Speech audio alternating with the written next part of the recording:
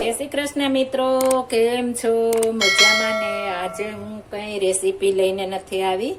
આજે આપણે લસણ એક બે વર્ષ સુધી કઈ રીતના સરસ અને આપણું બગડે પણ નહીં ને કાળું પણ ન પડે તે રીતના આપણે સાચવવાની રીત બતાવીશ. હું તમને એકદમ સરસ અને ઈઝી અને આપણે ઘરમાં રહેલી વસ્તુમાં જ આપણે સ્ટોર કઈ રીતના કરવો છે તે હું તમને બતાવીશ. મેં 1 કિલો લસણ લઈ લીધું છે અને આપણે લસણ કઈ સિઝનમાં લેવાનું કે આપણે એપ્રિલથી એન્ડમાં અને મેના એન્ડ સુધીમાં અને જૂનના સ્ટાર્ટ સુધી તમે લઈ શકો છો. આપણે મેના એન્ડ સુધીમાં અને જૂનના સ્ટાર્ટ સુધીમાં આપણે લઈ શકીએ ત્યારે સરસ આવે છે. આપણે વહેલું નથી લેવાનું, માર્ચના સ્ટાર્ટિંગમાં નથી આપણે લેવાનું, માર્ચના એન્ડમાંથી લેશું તો પણ ચાલશે. આપણે 1.5 મહિના સુધી લઈ શકીએ છીએ.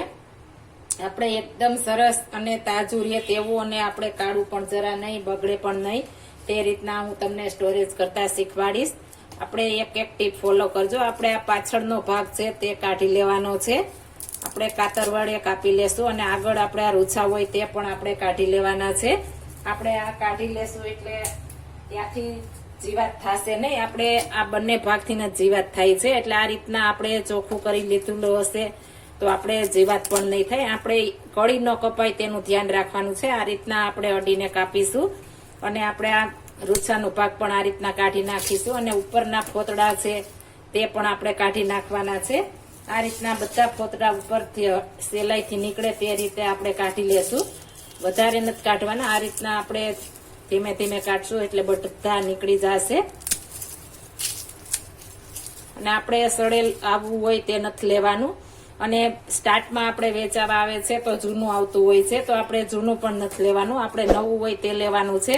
અને કડક આપણે આ રીતના દબાવીને જોઈને લેવાનું છે. કડક હોય તે જ લેવાનું છે એટલે એકદમ સરસ બને. આ રીતના આપણે બધા ફોતરા ઉતાર લેશું અને આપણે ડીંડલીનો ભાગ પણ કાપી લેશું. આપણે ફોતરા અને આ ડીંડલીનો પાછળનો ભાગ હોય છે તે કાઢી લીધો છે, આગળ પાછળનો બને એટલે આ રીતના આપણે ચોખ્ખું કરી લેવાનું છે. ત્યારબાદ કોઈ પણ આપણે આ રીતના કોથળી લેવાની છે. જો તમારી પાસે કોથળી આ ન હોય તો તમે આ લઈ શકો છો. આપણે સાડી ભરવાની કાવે તે, અને તે પણ ન હોય તો આપણે ઓશિકું વેસ્ટ ઓશિકાની ખોર હોય છે ઉપરની, પણ તે કોટન હોય તો જ લેવાની છે. તેમાં પણ તમે સ્ટોર કરી શકો છો. એકદમ ઈઝી રીત છે. અને આપણે એ પણ ન હોય તો તમે કોટનની ચૂંદડીમાં પણ આપણે પોટલી વાળીને રાખી શકીએ છીએ. આમાં આપણે આ લસણ ભરી દેશું. મારે જીપ વાળી છે એટલે આપણે સીવવાની કે કોઈ માથાકૂટ નહીં રહે. મેં જીપ વાળી સ્પેશિયલ લસણ માટે જ રાખી છે.